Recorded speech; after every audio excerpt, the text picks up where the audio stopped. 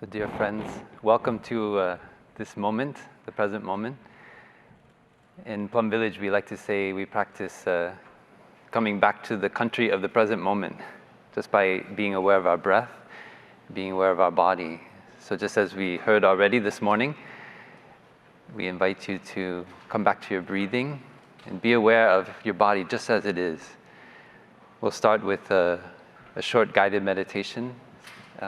I'm Brother Stream, Brother Phap Lu. My sister Lang Nim. It means the March of Heroes.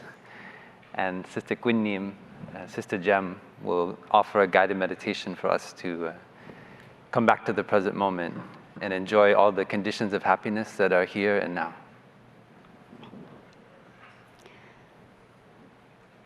I would like to invite all of you to gently close your eyes.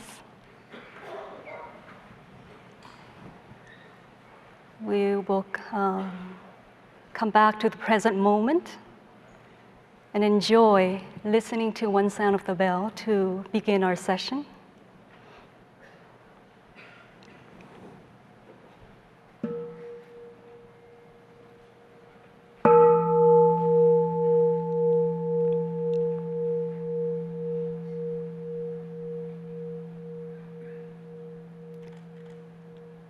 I invite all of you to sit upright with good intention. Sit in such a way that you feel relaxed and stable. You can be aware of your breathing. Notice the air coming in and leaving from your nose. Be aware of your whole body sitting, and allow all the muscles in your body to relax, releasing any tension or anxiety. Breathing in, I am aware that I am breathing in. Breathing out, I am aware that I am breathing out. In, out.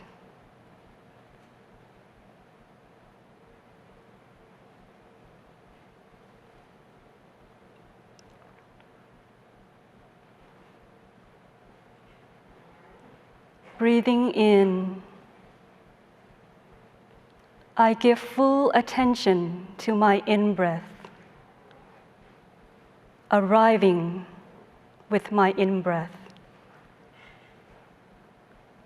Breathing out, I give full attention to my out-breath, feeling at home with my out-breath. Arriving with my in-breath, feeling at home with my out-breath.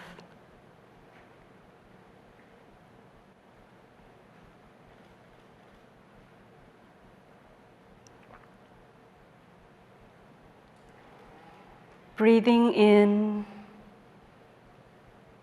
I feel the quality of my in-breath. It may be short or long, light or deep. Breathing out, I feel the quality of my out-breath. It may be shorter or longer than the in-breath. I simply note the breath as it is. Quality of in-breath, quality of out-breath.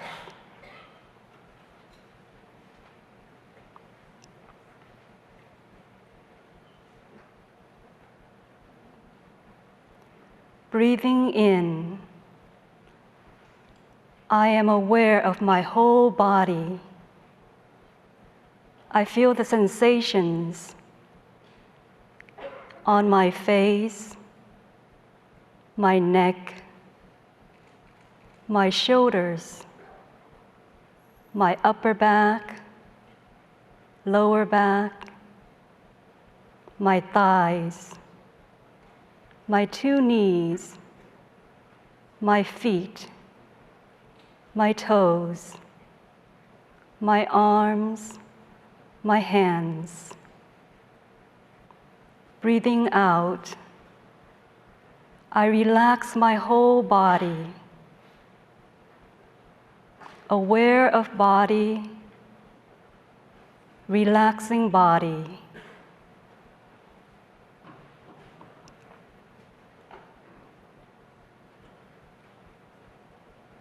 Breathing in, I feel I am arriving, fully present in my body. A half smile blooms on my lips as I release the muscles on my face and relax the tension in my forehead. Breathing out, I feel fully present in my body, feeling at ease and at peace in my body. Fully present, at ease and at peace in my body.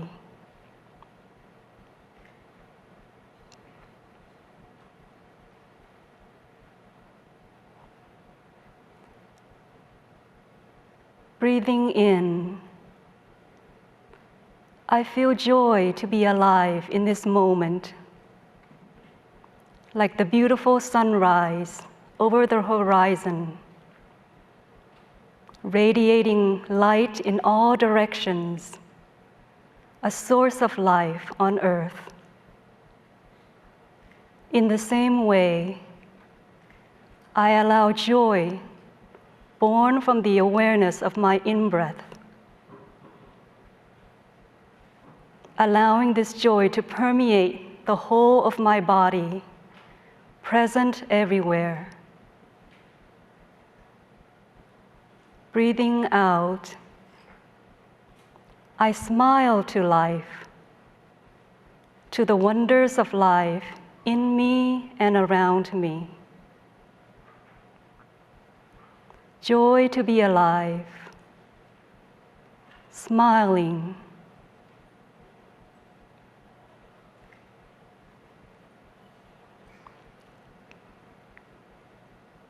Continue to maintain awareness of your in-breath and your out-breath as we listen to 2 sounds of the bell to end our session.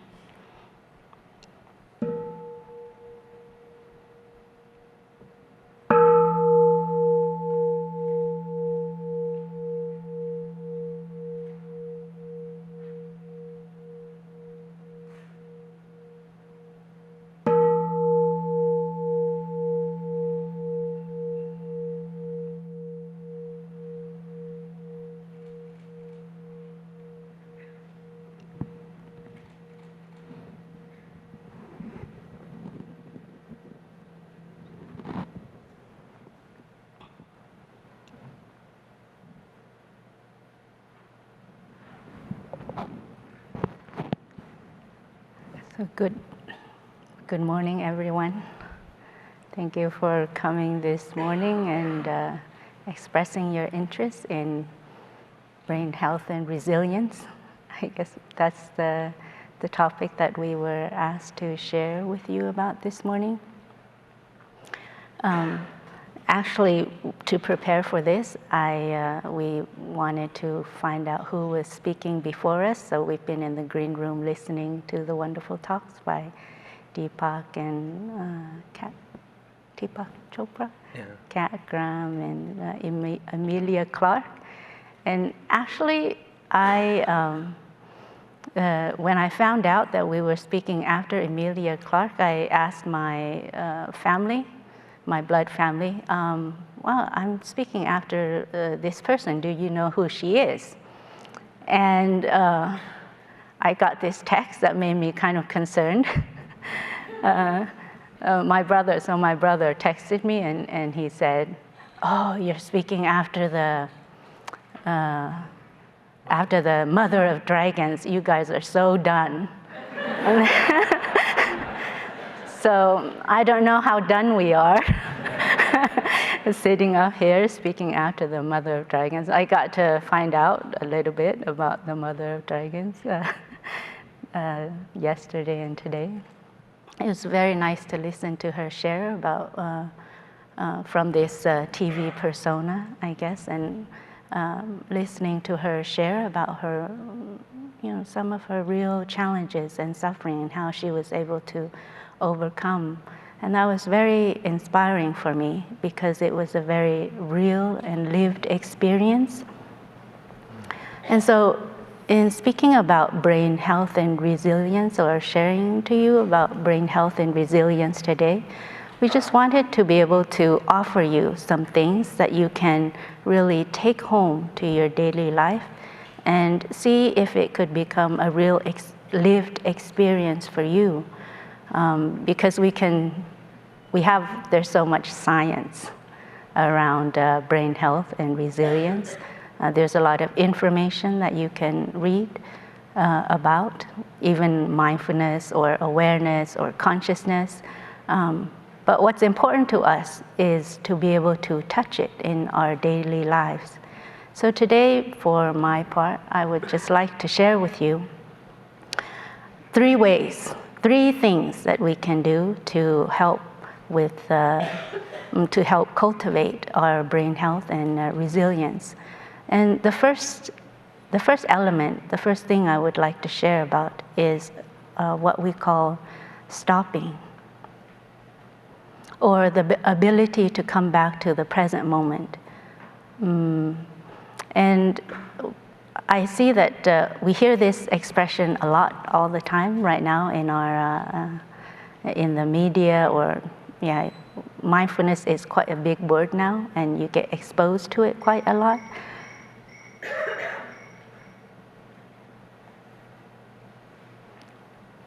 In our monastery, we have a bell, and one of the bells I have in the office that I work in is every hour there's a bird sound. So when I heard the sound of the bird, it's a training for us to just come back to our breathing and stop what we're doing, and I was very automatic, whatever that bird sound was. And this is a part of our training, because every single day, especially being here in San Francisco, I really recognize there's so much information that you can receive just by walking down the street. There's a lot of stimulus.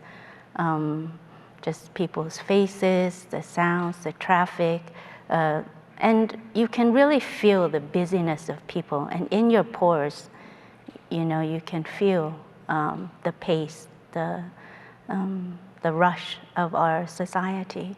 You can really experience this on a very real and visceral level just by walking down the street. So we have to be able to have some ways in order for us to kind of protect ourselves, and also to be able to enjoy this without feeling like we are just being carried away by the energies of the majority, by the rushing of the majority, by the emotions of the majority. And so one of the very concrete ways in which we can help to bring our minds back to the present moment is by doing something that we have just all experienced together, which is mindful breathing. Simply coming back to our breathing and being aware of our breathing is a very powerful way in order for us to come back to the present moment. Because the very thing that prevents us from being aware of the present moment is our thinking, our thoughts about the past or the future, our worries, our anxieties, our perceptions. And it's very active up here.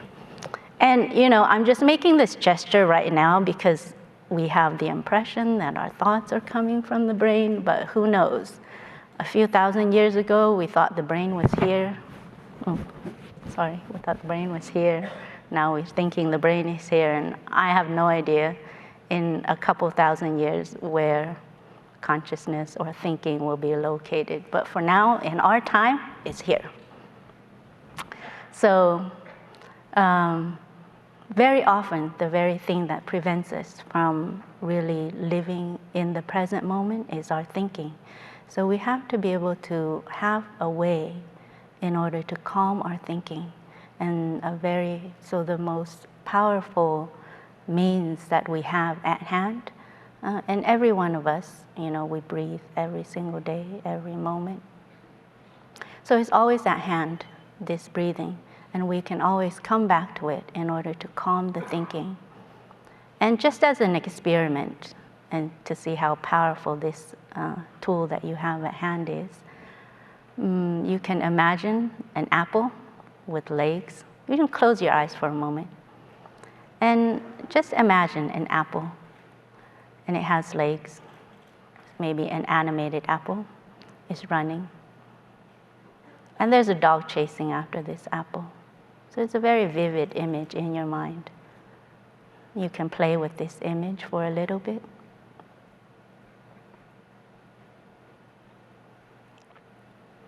You can hear the dog barking or the apple screaming.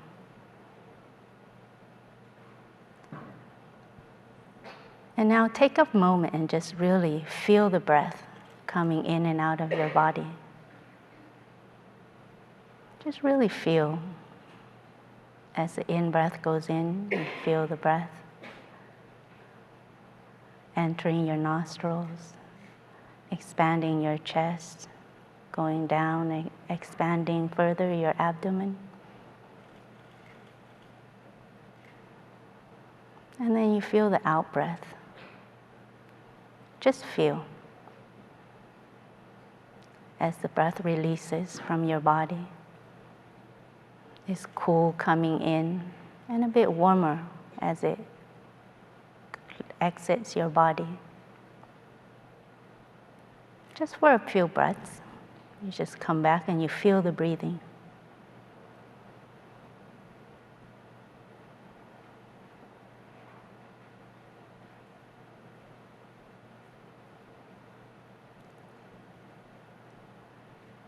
Wonderful. You can open your eyes now. Can I ask what happened to the apple and the dog? Yeah, you probably didn't pay attention to it anymore. And so, anytime throughout the day when you feel your thinking is really carrying you deeper into your worries or your anxieties, deeper into your fears, you can always take a moment to come back to your breathing.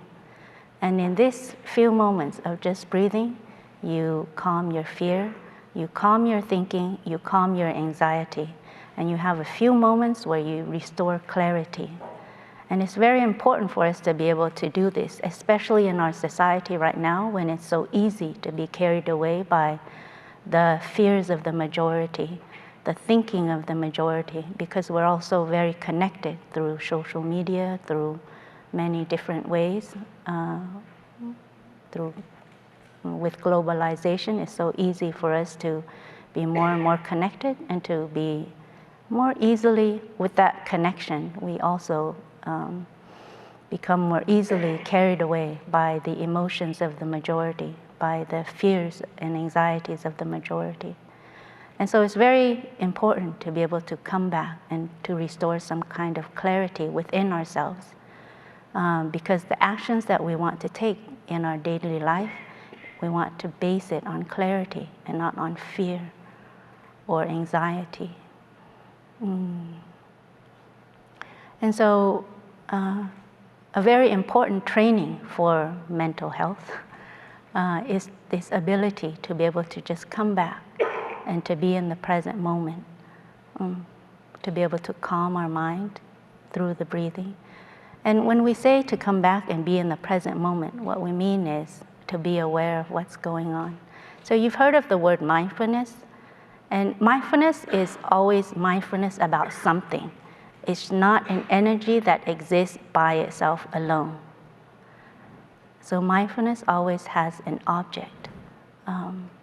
So when we say we're mindful, it doesn't make sense.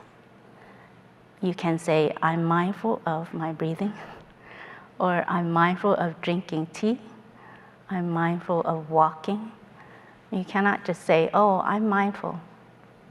You know, the monks and nuns will look at you funny. Like, what are you talking about? So mindfulness is always mindfulness of something. And like I said, the very thing that prevents us from being mindful is our thinking, our dispersion. So when we are able to bring the mind home to the body by our breathing, just coming back to where the body is, by coming back to a few in-breaths and out-breaths, we start to notice what's going on in the present moment, what's going on in our body. There may be tension in your body. So when you stop the thinking and come back, okay, now I'm mindful of my breathing. And then you start noticing things. Maybe you notice that it's wonderful to be alive. I'm still alive. I'm still breathing. That's an insight we can get by coming back to our breathing. We may also notice that when we come back to ourselves, bringing the body home to the mind, bringing the mind home to the body, it goes both ways. Bringing the mind home to the body, we can start noticing what's going on in our body. And for many of us in our society now, maybe we have gotten used to abandoning our bodies because we're so easily distracted by so many devices around us. Sitting in front of a computer for hours, or when we work, physical labor, etc. It's so easy for us to forget our body, forget that we even have a body. Maybe as you're sitting here listening to me, for a few moments you've forgotten that you have a body. So just take a moment now to come back to your body. See how your posture is, see how your body is feeling at this moment. And it's very important for us to learn how to come back to our body and to take care of our body. So when we come back to our breathing, notice our body, there may be tensions, and we have to be able to know how to release the tensions in our body. Maybe you've been in front of the computer for 2 hours, so it's time to stand up and stretch. These are very basic self-care routines that we, in terms of brain health and resilience, that we have to be able to incorporate into our daily lives. And it's not just something we think about or we talk about, but we have to do. Just standing up, moving around, stretching for a few minutes, getting more blood to your brain, very helpful. And not only that, you release the tension that's there in your body. When the body holds a lot of tension, the mind also tends to hold a lot of tension. Imagine if you are talking with someone, and you hold a lot of tension in your body, right? Yeah, your energy is like this. And you can't receive what the other person is saying. You're sending off a very tense energy. The other person is receiving this tense energy, and you cannot receive what the other person is saying. You cannot be present because there's so much tension in your body. So learn how to relax the body. Learn how to take care of the body and come home to the body. And you can do this throughout the day. For me, it's very easy, especially in the monastery, because we have that training of coming back when we hear the sound of the bell or the bird chiming. And so every time I come, the bird sings or I hear the sound of the bell, I take a few moments and I just come back to my breathing and come back to my body. And I do a check-in. How's my body feeling? So the first thing that I wanted to share about brain health and resilience was the ability to come back to the present moment. And the second thing that has a lot to do with brain health and resilience is to train ourselves in the ability to generate a moment of joy. And all of us, we need to do this. All of us were capable of generating a moment of joy. And if you see on the, I think on the screen, it says, mindfulness is a source of happiness. So in our tradition, we speak about joy that's born from mindfulness, meaning some of the things that we have just done already touches on some seeds of joy, like simply coming back to the body and being aware that we have a body. That in itself is already a source of joy. Let alone, there are so many things that happen in our day that can be a source of joy. And all we have to do is be able to recognize it. And by recognizing, then we immediately generate a moment of joy, a moment of happiness. Happiness doesn't have to be big. Joy doesn't have to be big. It could just be the awareness that I still have hair, well, or I don't have hair. That's a source of joy for me right now. When I go like this, it's like, I don't have hair anymore. So then automatically instantly I feel some joy because I don't have to think about hairstyles or, shampoo or gel or whatever, which I was obsessed with in my 20s. So going like this now, like I really feel a lot of happiness just not having hair. Although, no judgment on everyone who has hair. It's wonderful to have hair, I see. It's also an expression of ourselves. And so that's being able to generate a feeling of joy. We have to be able to learn how to do, just by coming back and being aware of what it is that we have. And also, you can learn how to smile to yourself. It doesn't matter if there's nothing to be happy about at that moment, that you have nothing on hand that really excites you or you feel like it's so important, etc.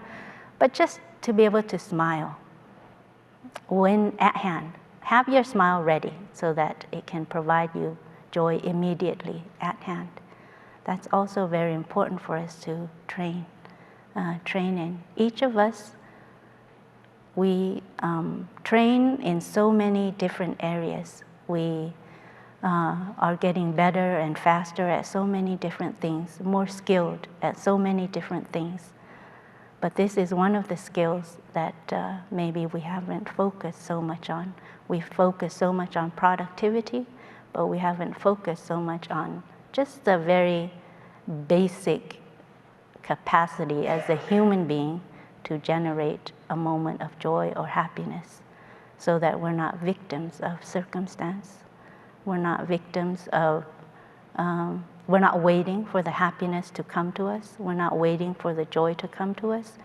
We can have it immediately, just by coming back to ourselves, being aware of what's happening inside and around us. We are from a community of monastics, and we also have many lay friends living with us. And I find in our community, or actually it's not so weird when we live in the monastery, but when we go outside, then I see, this is how people are looking at us, Because sometimes, let's say we're walking through a park and there's like this tiny flower, very small. And then one brother or sister would, look at it in wonder. It's like, and then all of us kind of gather around this tiny flower. But so like you see so much joy in this group of people, and it's only over a tiny flower that maybe was growing on a patch of grass in the middle of a city. And to other people, when they look at us, I don't know if they know what's going on. But that's, that's also our capacity to be able to generate joy or happiness, or access joy or happiness over the smallest things in our lives. And each of us, we can do this every single day. We can learn how to recognize what brings us joy and what brings us happiness. It doesn't have to be big. And the third kind of training that I'd like to share with you is to be able to handle a painful feeling or a painful emotion. We can get good at many things, but this is very fundamental to our health and well-being, being able to handle a feeling of a painful feeling or a painful emotion when it arises. So in your daily life, when let's say you're at the office or something, you're speaking to someone, and it really touches off some irritation in you, you have to be able to handle that irritation. And a very powerful way of handling that is to, first of all, come back to our breathing. Don't allow yourself to be carried away by your irritation or to be a victim of your own irritation. We can always come back to our breathing and calm down the irritation. And then we can look a little bit further to see where that irritation has come from.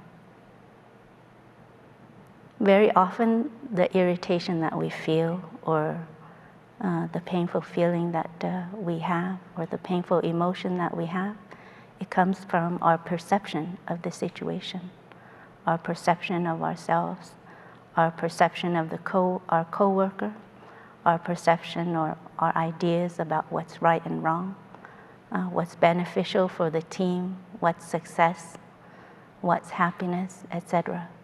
So a lot of the painful feelings and emotions that we experience on a day-to-day basis, it has a lot to do with the kinds of perceptions that we have. So we have to be able to first experience that painful feeling, to be able to recognize the painful feeling, whether it's anger or fear. A lot of times for me, it may be frustration, not getting my way. So being able to recognize that feeling when it comes up, and you can use our mindful breathing to embrace it. Just be with it without feeling the need to push it away. For many of us, when fear comes up in us, we have the need to push it away, especially fear. Or when sadness comes up in us, we have the tendency to want it to go away immediately. It's like a crying baby. It's sometimes when we hear a baby crying, we have the tendency, we have the desire to want to quiet the baby right away. But the baby needs maybe just a bit of attention. Maybe the baby needs you to hold her or him. The baby needs you to find out what's wrong, what's not going right at the moment. And so we have to be able to, when a painful feeling comes up, when fear or sadness or anxiety comes up, we have to be able to be with it. Our mindful breathing can help. And we train ourselves not to push it away, not to make it go away right away. Because in our society of kind of instant gratification, we keep wanting things to go right. We keep wanting things to go right. And it's this exact desire that prevents us from being calm when things don't go right. Also, it's that desire that prevents us from receiving things that are different from what we already know and believe, experiences that are different or that are challenging for us. So this is one way to train our brain health, being able to take care of a painful feeling or a painful emotion when it comes up. First, by recognizing it, breathing with it, don't push it away, and look deeply into it to see what kind of perceptions are behind this fear and this anxiety. And as soon as we can recognize the kind of like the wrong perceptions that are behind our fear or anxiety, we have a way out. Maybe this fear is based on my idea that if I don't do this, I won't be successful. Or if I don't achieve this level, I won't be good enough. And we have a few moments to examine, is this true? Is this perception correct? Does this have anything to do with my reality? Or is it just a wrong perception that I have? So in training for brain health and resilience, we invite you to try out these 3 things. First, training yourself to come back to the present moment, really recognizing what is there, what's there. 2, being able to generate a feeling of joy and happiness. And 3, training yourselves to handle painful feelings and emotions. And my brother will share a little bit more about this. Thank you. Thank you, sister. So maybe we can practice that right now to come back to our breathing. Generate a feeling of joy. That joy is our freedom. As we listen to a sound of the bell, we can come back to our breathing and see what's going on inside. Practice this interoception. What is going on in our body, going on in our mind. It's very interesting.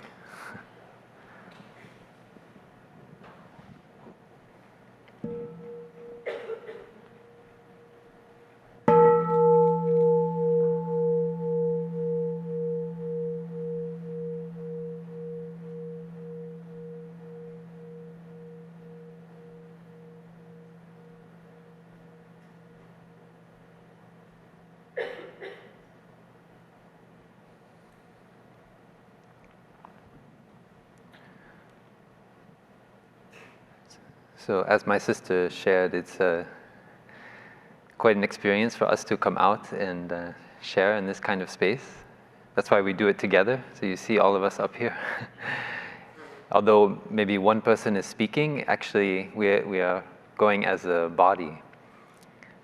A couple of days ago, Mark was sharing about why did the Plum Village Monastics, they're always the monastics. It's not just one person. And that is part of our practice, to see that we are a whole, one body going together. And as human beings, when we practice to come back to ourselves, to generate joy, to embrace our difficult emotions, we find that we are much more together than we might think we are. In fact, it's our thinking that is dividing us, our thinking that is creating a barrier. So that is why when we experience being in touch with our breath, when we experience being in touch with our body, letting go of the thinking, we actually touch community. We touch our native humanity.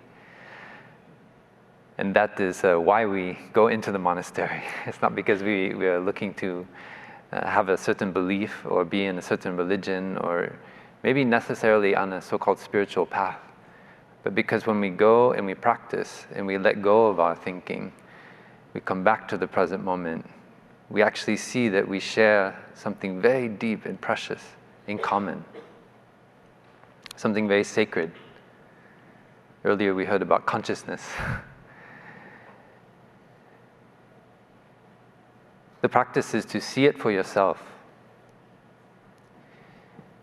We're not content enough with just reading about it, just hearing that there is a spiritual path, that there is the possibility to wake up, to have a moment of awakening. We want to touch it for ourselves. And that's why we come out here. We want to share that with as many people as possible. Listening to the former President Obama share about the importance of the climate crisis, I felt very moved. Together with this age of information, which is pulling us in so many directions, touching a lot of fear. When I come back to my body and I come back to my breathing, I can establish myself fully in the present moment and notice this fear that comes up when I think about the future, when I think about our children, when I think about our families, when I remember how much joy I had as a child walking through the forest, breathing the air, seeing the squirrels run through the trees, scolding. That deep experience of being in nature, of being in touch with Mother Earth, is something we all want to share with many, many generations to come. All of us in this room, we have a deep desire to be happy, to walk freely on the earth. But in our way of thinking, in our way of dealing with our anger, our fear, our hatred, we often act in ways that make that future a little bit less possible. That free walking in the beautiful forests of Mother Earth.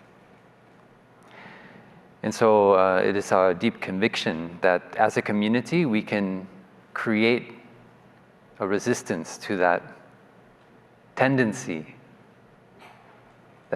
which manifests in the collective consciousness, which manifests in our individual consciousness, by recognizing our fear, by embracing it, just as we heard from Amelia, experiencing suffering and realizing how lucky we are to be alive. It is one of the greatest gifts to be made up of this body, this mind made of the supernova, of vast explosions of many stars. We know in this body, we are the universe. And when we are able to put down our thinking, that becomes a lived experience reality, not just words, a lived experience of awakening. And it's not just an individual experience. Brain resilience is a collective matter. It's not a matter of only individuals. When we come to this event, Dreamforce, and we look around, we can see all of humanity represented. In each of us, we carry our ancestors from Africa, our ancestors from Asia, from Europe, from America. We carry in this body our ancestors, our non-human ancestors, our something like a reptile ancestors, or something like a fish ancestors. They are manifesting in us right here and right now, together at Dreamforce. And when we're able to come back to our breathing and let go of our thoughts about who we are, our thoughts about the future, about the past, we actually can see that those ancestors, that stream of ancestors manifesting in this very body. And that is the basis of community. We travel as a community because we feel deeply that happiness is not an individual matter. That if my brother or sister is suffering, then I also am suffering. And that with collective energy of mindfulness, we can really bring about a transformation in the world.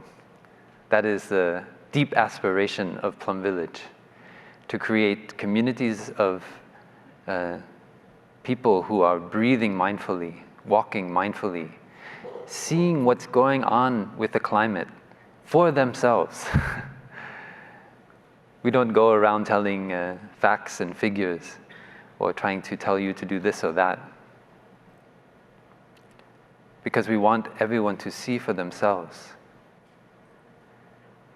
We know that we can only do it together, and it takes practice, it takes training. So as my sister said, if we can really put into practice stopping throughout the day, when we're on a busy street, when we're in our workplace, when we're sitting next to our loved one, maybe our child. Many of us will soon go home to visit our families. And when we see a brother or sister or a family member that maybe we haven't seen for a long time, we remind ourselves that we may never see them again. In our mind, we might think, oh, we have many years together into the future to live together. But as we saw from Amelia's sharing, we don't know how much longer this life will be available for us. So are we truly available for life? Are we truly available for our loved one? So we have a mantra that we practice, which is, I am here for you. I am here for you. You don't have to say this mantra in Sanskrit or Chinese or some foreign language. Just, I am here for you. We practice to look our brother or sister in the eye, our mother, our father. If you like, you can hold their hand. And we let go of our thinking about the past, about the future, all of our fears. We breathe in and out mindfully, and we can look them in the eye without fear. Many of us fear to look each other in the eye. We want to immediately think about something else, do something else. But if we want to deeply touch compassion for the other person, we need to learn to overcome that fear, to not be carried away by our anxiety, our worry.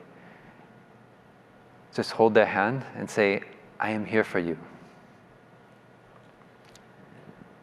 It's very powerful, very magical. It is a mantra that I've used many times with my mother. I practice gratitude every day for my mother who brought me to life, who was there when I first breathed. And I know every time I say goodbye to her, sometimes I might not see her for another year. And I don't know if I will ever see her again in that form. And she will cry. And so I know I want to make the most of that moment. I don't want to get caught in whatever argument we may have had when I was 13 years old, whatever problem might be coming up in our family, in our relationships. But just to practice being there for her. I am here for you. And if you like to go deeper, we have a second mantra. And that is, I know you are there, and I'm so happy. Just like we recognize our difficult emotions, like fear and anger, we need to practice to recognize the presence of our loved ones. We need to practice to recognize the presence of even those who make us suffer. Maybe a colleague who is always arguing with us. We feel like they're trying to pull us down, be an obstacle in our career path. If we touch a deep compassion, a deep aspiration to bring about a kind of collective awakening in our workplace, then we have a huge, massive source of energy, a supernova of energy, to be able to overcome our fear, our anxiety, and look our colleague in the eye and say, I know you are there, and I'm so happy. even that colleague who caused us difficulties in the past. And they will be shocked. They will be so surprised.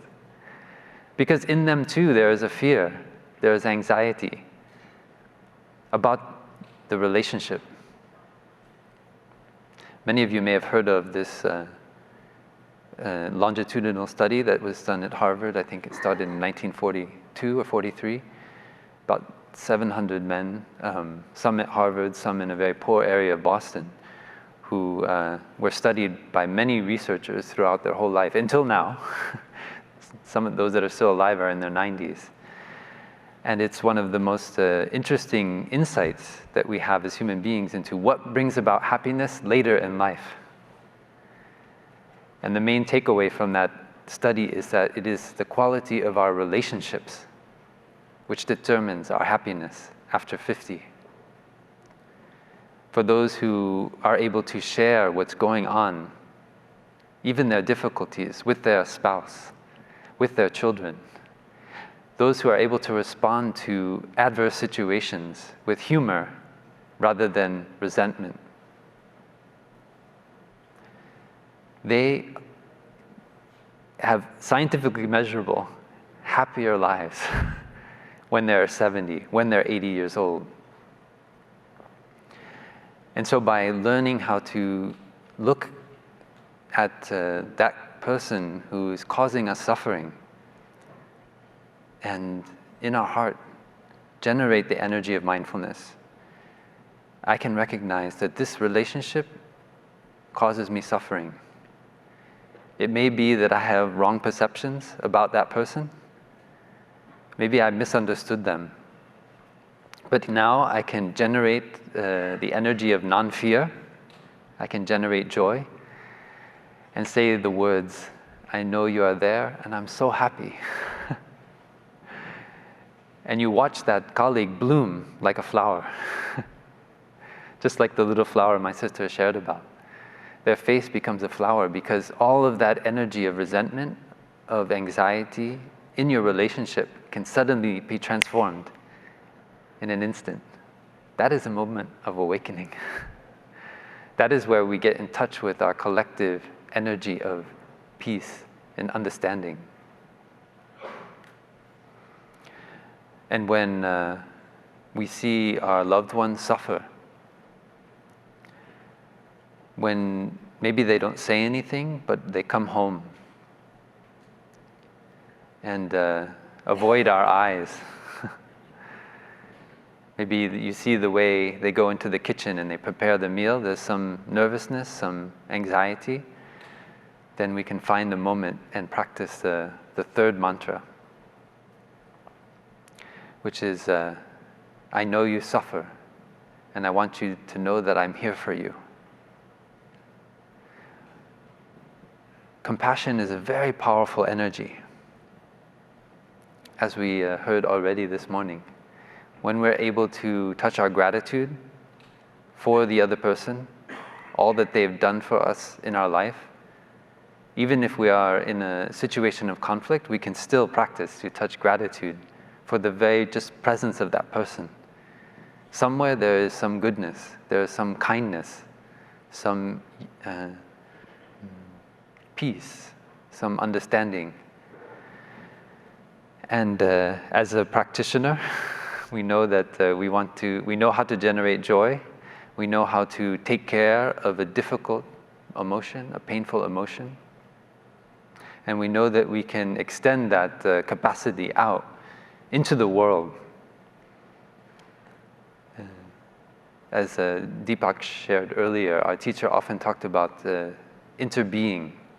It's not a word that's in the dictionary, but it's an insight when we are able to really get in touch with our breath, let go of our thinking, our story of who we are, even our story of our suffering, which can be something we get attached to. Then we touch this insight of interbeing. We see that we are not separate from the other person. We are made of only non-us elements. We are made up of the sun, the earth, the rain, our father, our mother. Every cell of our body has all of these non-us elements present. And if you take out any of these elements, we cannot be here. We do no longer manifest. And the other person is also made up of non-them elements. When you practice that, that is called a concentration of interbeing. It's not the kind of concentration where you furrow your brow and you try to focus like that. It is the kind of concentration you get when you let go of your ideas, especially your idea of happiness. Our teacher often said, do you want to be number one or do you want to be happy? You have to choose. Unfortunately, many of us choose to be number one. We don't get to be number one. We're not even quite sure what is number one. But we keep running all of our lives. And those loved ones right in front of us who are suffering, we're unable to look them in the eye and say, I know you are there, I know you suffer, and I am here for you. The greatest gift we can offer to those we love, to be there, to be present for them when they're suffering. And each one of us has an enormous capacity to do it. But sometimes we forget a little bit. Like we learned this morning, we've just forgotten that we have that innate capacity to understand the other person's suffering, to listen deeply and bring about healing, to bring about transformation. That is creating a community of resistance. We don't want to continue to be isolated. We all here see deeply that we are already intimately connected from way before we entered this auditorium. And that is a source of joy. That is a source of happiness. And by listening deeply to the other person share about their suffering, we already bring about a profound and lasting transformation.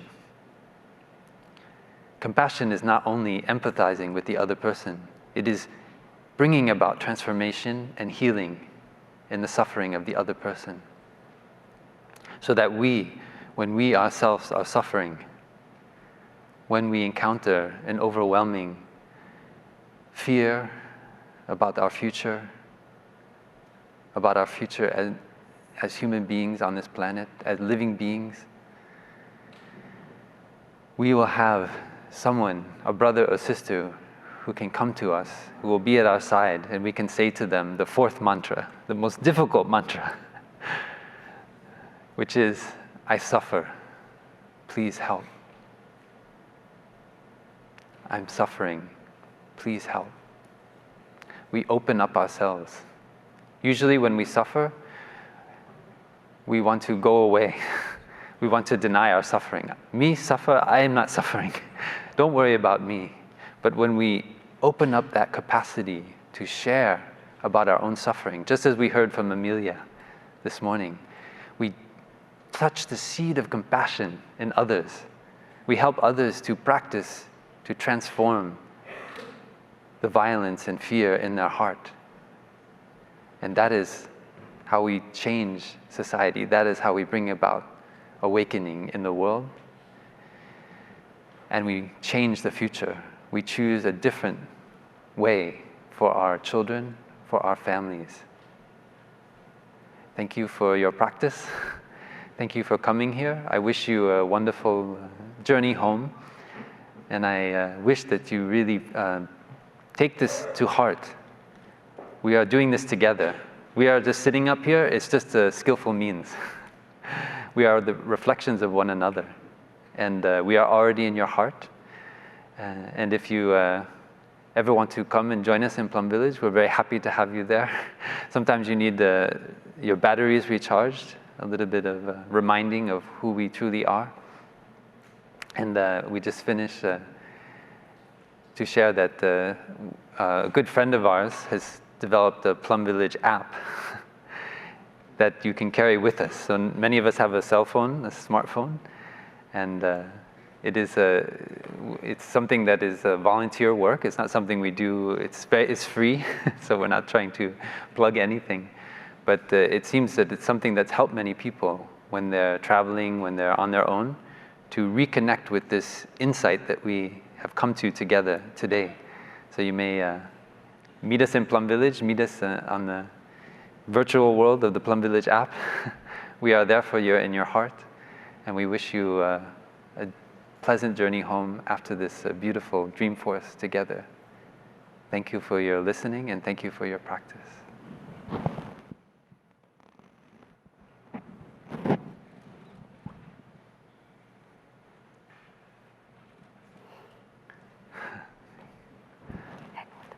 So we'll finish with 3 sounds of the bell. We can come back to our breathing, come back to our body, and enjoy all the conditions for happiness that are right here and right now in this room. This is a legendary moment.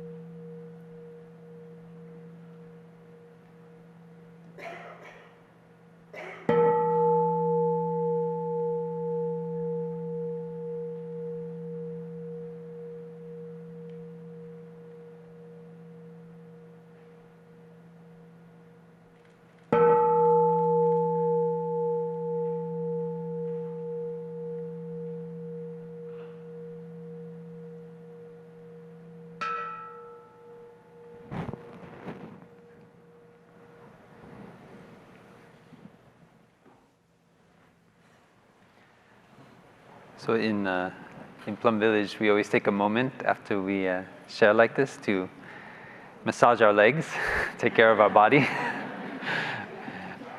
Our body and mind are one. And then we may like to stand together and bow to one another in gratitude for creating this space, creating this energy of mindfulness together.